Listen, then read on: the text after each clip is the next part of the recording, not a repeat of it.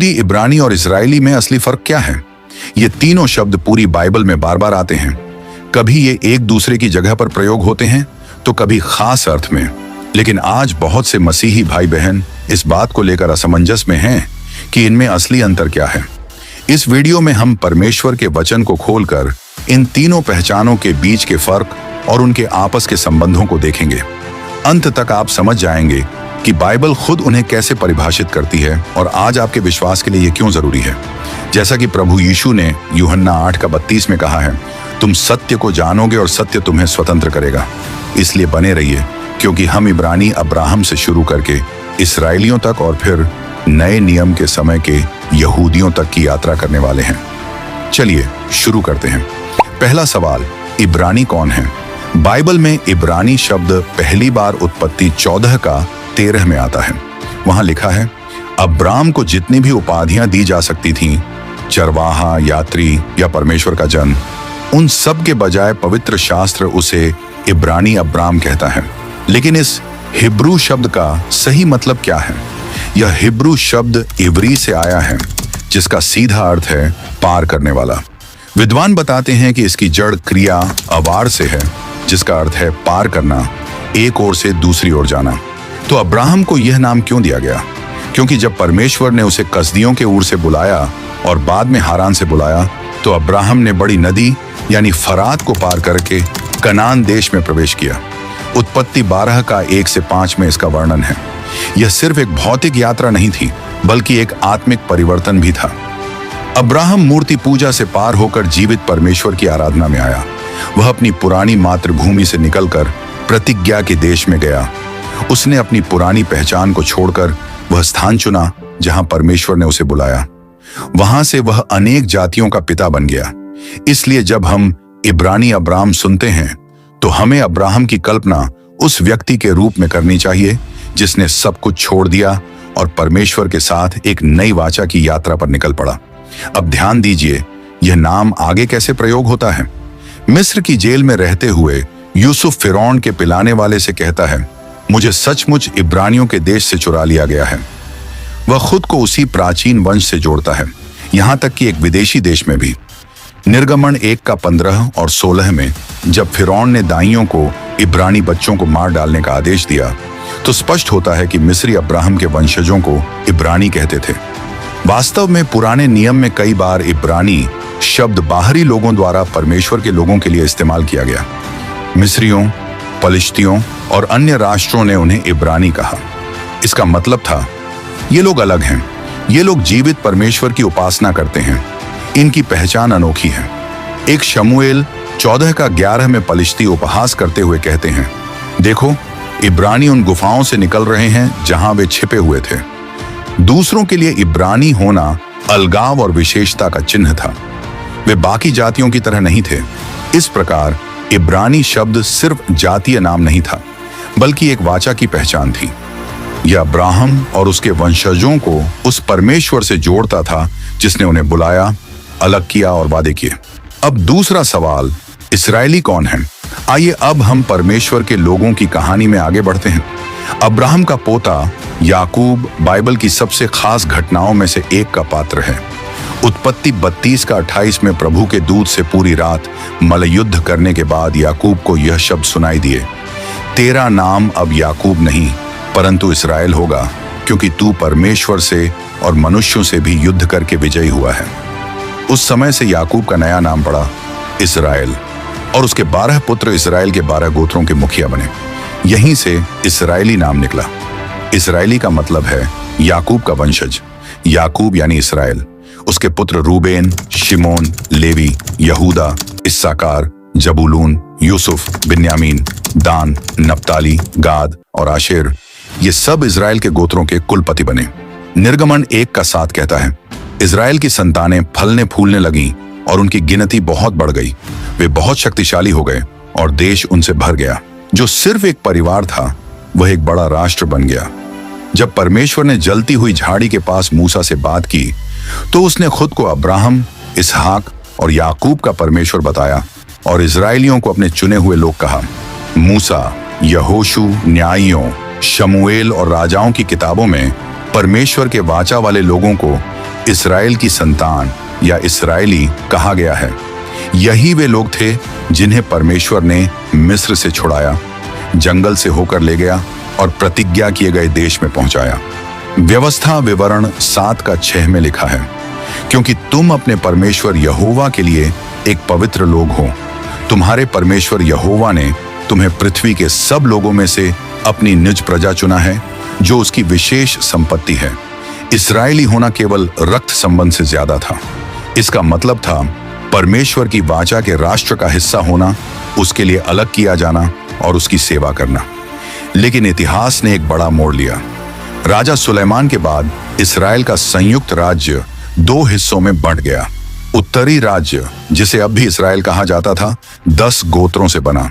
दक्षिणी राज्य, जिसे यहूदा कहा गया, यहूदा और बिन्यामीन के गोत्रों से और मंदिर में सेवा करने वाले कई लेवियों से मिलकर बना।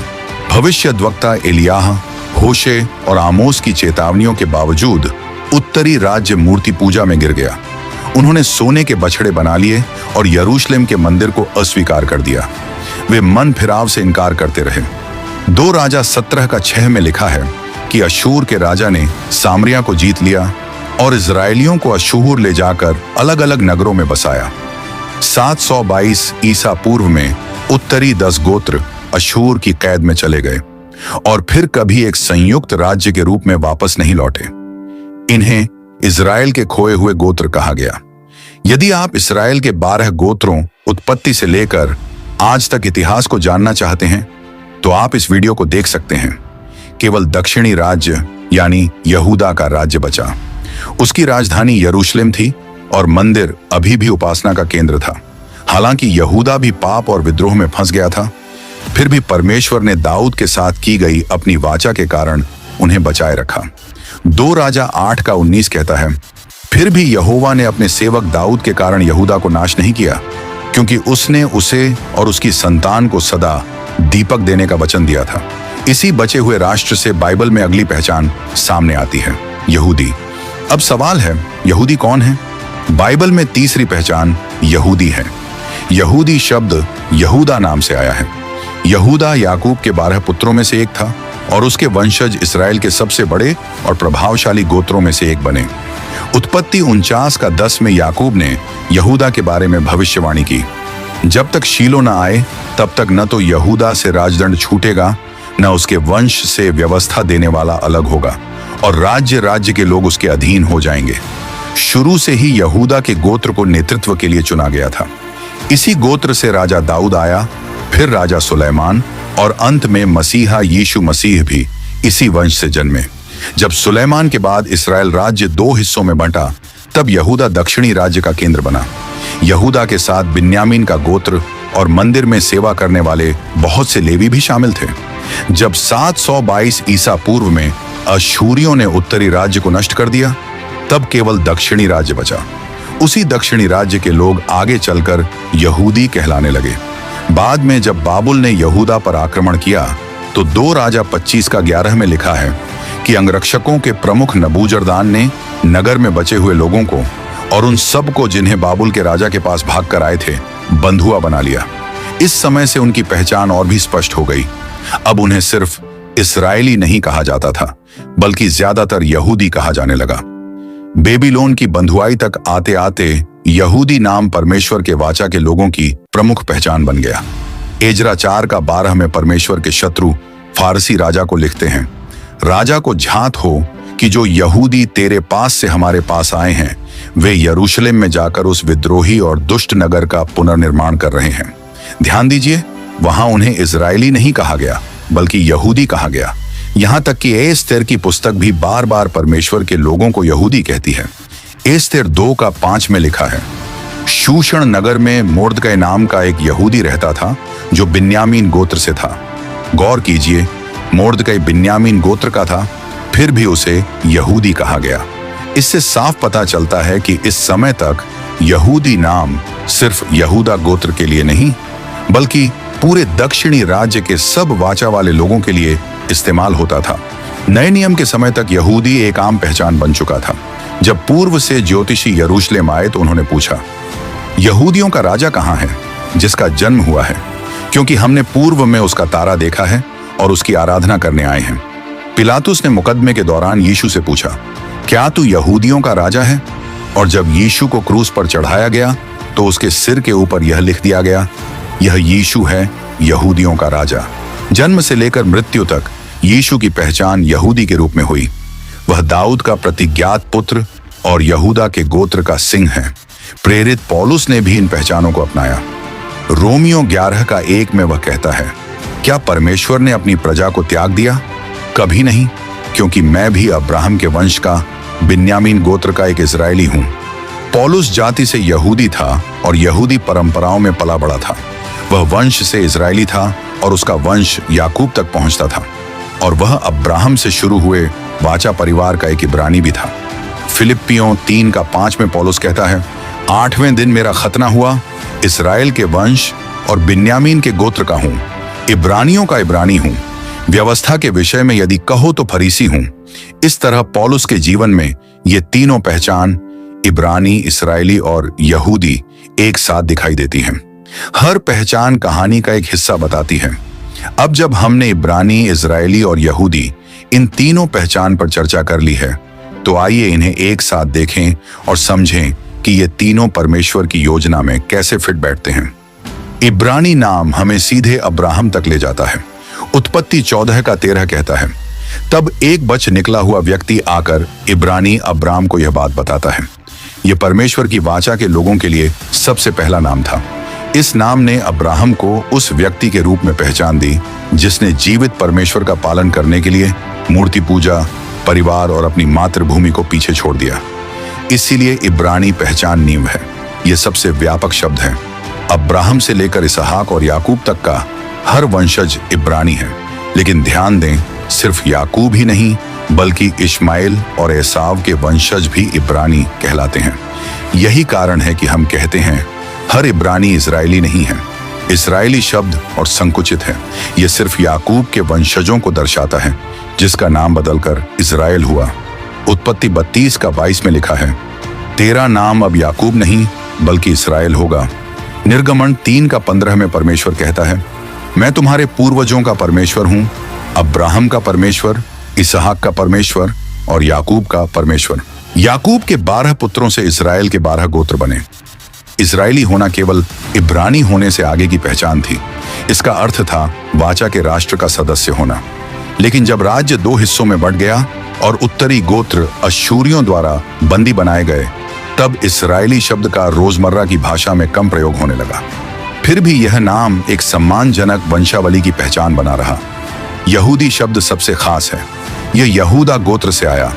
जब उत्तरी गोत्र नष्ट हो गए तो दक्षिणी राज्य यहूदा बचा। उसमें यहूदा, बिन्यामीन और बहुत से लेवी थे।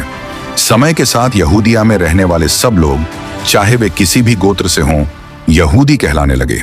एजरा 4:12 इसका प्रमाण है। राजा को झांत हो कि जो यहूदी तेरे यहां से आए हैं, वे यरूशलेम में उस विद्रोही और दुष्ट नगर का पुनर्निर्माण कर रहे हैं। और नए नियम तक आते आते यहूदी शब्द सबसे आम नाम बन चुका था।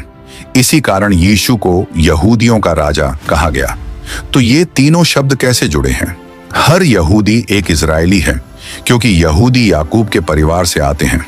हर इजरायली एक इब्रानी है, क्योंकि उनका इतिहास अब्राहम तक जाता है।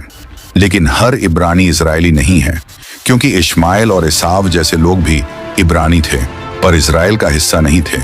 और हर इजरायली यहूदी नहीं है, क्योंकि उत्तरी गोत्र इस्राएली थे, लेकिन उन्हें यहूदी नहीं कहा जाता था। ये तीनों नाम विरोधाभास नहीं है, बल्कि पहचान की परतें हैं। इब्रानी मूल की पहचान है। ये उन लोगों के लिए है जो अब्राहम के साथ मूर्ति पूजा से निकलकर जीवित परमेश्वर का अनुसरण करने लगे। इस्राएली राष्ट्रीय पहचान है। यह याकूब के वंशजों और उनके 12 गोत्रों के लिए प्रयोग हुआ। वे चुने हुए लोग थे जिन्हें परमेश्वर ने अपनी सेवा के लिए अलग किया। यहूदी अस्तित्व और निरंतरता की पहचान है। ये उन लोगों के लिए प्रयोग हुआ जो निर्वासन के समय बचे रहे और जिनमें से मसीहा का जन्म हुआ। हर नाम कहानी का एक अलग हिस्सा कहता है। हर नाम यह बताता है कि परमेश्वर ने अब्राहम से लेकर याकूब, यहूदा और अंत में मसीह तक अपनी प्रतिज्ञाएं कैसे पूरी की। प्रकाशित वाक्य 5:5 में लिखा है, देख यहूदा के गोत्र का वह सिंह जो दाऊद का मूल है, उस पुस्तक को खोलने और उसकी 7 मुहरें तोड़ने के लिए जयवंत हुआ है। और यहूदा का वह शेर यीशु ही है जो इन सब की पूर्णता है। तो आप ये सोच सकते हैं कि आज यह सब क्यों मायने रखता है। मुझे इब्रानियों, इसराइलियों और यहूदियों के फर्क की परवाह क्यों करनी चाहिए। बाइबल हमें एक बड़ी सच्चाई बताती है। परमेश्वर के साथ पहचान खून या जाति पर निर्भर नहीं करती, बल्कि वाचा पर निर्भर करती है। यह हृदय की बात है।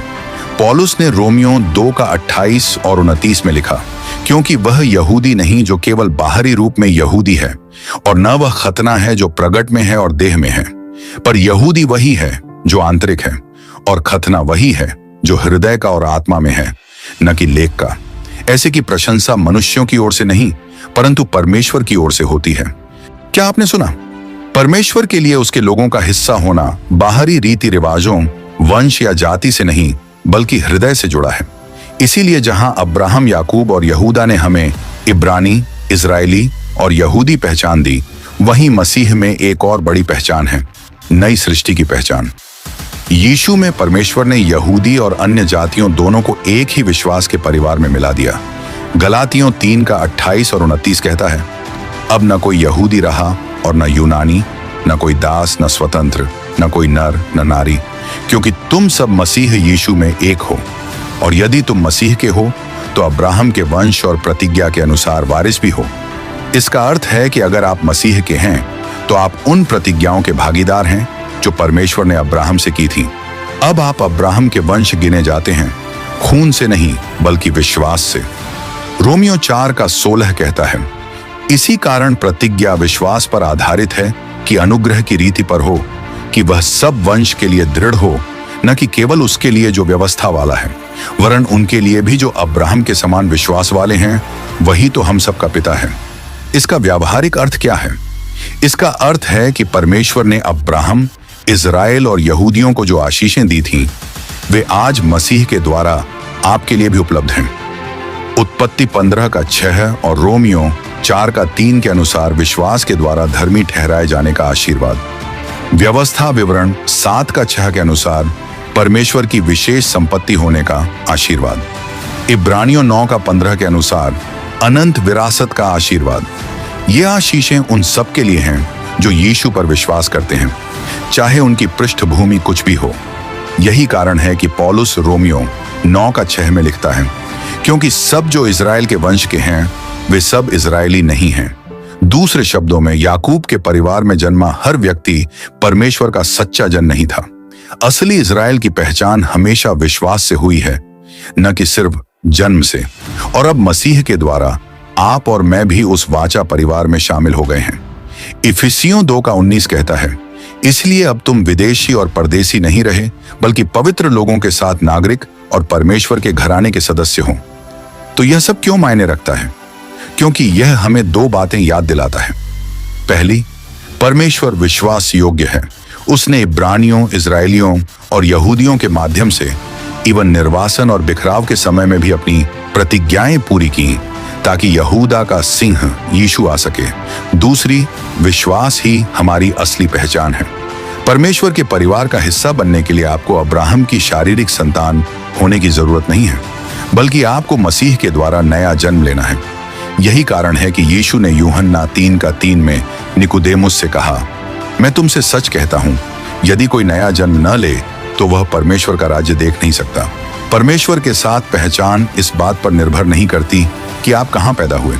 यह इस बात पर निर्भर करती है कि क्या आपने नया जन्म लिया है। अंततः ये सारी पहचानें, इब्रानी, इजरायली और यहूदी, हमें एक ही व्यक्ति की ओर ले जाती हैं, और वह है प्रभु यीशु मसीह। वह हर वाचा की पूर्ति है, हर वादे का उत्तर है और पूरे इतिहास का केंद्र है। एक इब्रानी के रूप में यीशु अब्राहम की वाचा की अंतिम पूर्ति है। गलातियों 3 का 16 कहता है, अतः प्रतिज्ञाएं अब्राहम को और उसके वंश को दी गईं।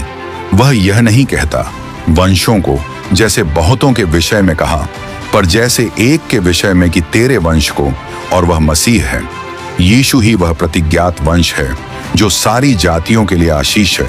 जब अब्राहम ने विश्वास के द्वारा पार किया तो अंत में वह मार्ग मसीह तक पहुंचा, जो सारे संसार को मृत्यु से जीवन की ओर बुलाता है। एक इस्राएली के रूप में यीशु याकूब का सच्चा पुत्र है और इस्राएल को दिए गए वचनों का वारिस है। मत्ती 2:6 में भविष्य वक्ता मीका का उद्धरण है, हे बैतलहम यहूदा के प्रदेश, तू किसी भी रीति से यहूदा के अधिकारियों में सबसे छोटा नहीं, क्योंकि तुझ में से एक अधिपति निकलेगा जो मेरी प्रजा इस्राएल का चरवाहा बनेगा। वह अच्छा चरवाहा है, वह सच्चा इस्राएली जिसने अपने पिता की इच्छा पूरी तरह से मानी। जहां राष्ट्र असफल हुआ वहां यीशु ने पूरी आज्ञाकारिता दिखाई। जहां इस्राएल पाप में गिरा वहां यीशु ने व्यवस्था और भविष्यद्वक्ताओं की सब बातों को पूरा किया। इस्राएल से किए गए सारे वादे उसी में हां और आमीन हुए। और एक यहूदी के रूप में यीशु यहूदा के सिंहासन का असली वारिस है। वह यहूदियों का राजा दाऊद का पुत्र और वही मसीहा है जिसका इस्राएल इंतजार कर रहा था। राजदंड यहूदा से तब तक नहीं हटा जब तक शीलो ना आया, और वही शीलो मसीह है। यहां तक कि क्रूस पर भी पिलातुस ने शिलालेख लिखवाया, नासरत का यीशु यहूदियों का राजा। यीशु के द्वारा रुकावट की दीवारें गिरा दी गईं। अब हम विदेशी और परदेसी नहीं रहे, जैसा कि इफिसियों 2:19 कहता है, इसीलिए तुम अब परदेशी और मुसाफिर नहीं रहे, परंतु पवित्र लोगों के संगी स्वदेशी और परमेश्वर के घराने के हो गए। मसीह में हम इब्रानियों की वाचा की आशीषें, इजरायलियों की विरासत और यहूदियों की प्रतिज्ञाएं सब पा गए हैं। वह हम सबको विश्वास के एक परिवार में जोड़ता है। इसलिए आज हमने देखा कि इब्रानियों का विश्वास परिवार अब्राहम से शुरू हुआ। इजरायली याकूब से निकले वाचा के राष्ट्र थे जो 12 गोत्रों में संगठित थे। यहूदी यहूदा के लोग थे जिन्हें निर्वासन में बचाकर रखा गया और जिनमें से मसीहा का जन्म हुआ। और यीशु के द्वारा जो इब्रानियों का इब्रानी, सच्चा इजरायली और यहूदा का सिंह है, हम सब उसी वाचा की प्रतिज्ञा में बुलाए गए हैं। गलातियों 4:28 हमें याद दिलाता है, हे भाइयों, हम इसहाक के समान प्रतिज्ञा की संतान हैं। अगर इस शिक्षा ने आपको आशीष दी है तो इसे अपने तक मत रखिए। परमेश्वर के वचन को फैलाने में मदद करने के लिए इस वीडियो को शेयर कीजिए। हर हफ्ते बाइबल पर आधारित और भी शिक्षाओं के लिए हमारे साथ जुड़े रहिए। प्रभु आपको आशीष दें और आपको उनकी सच्चाई में चलते रहने में मदद करें। शालोम।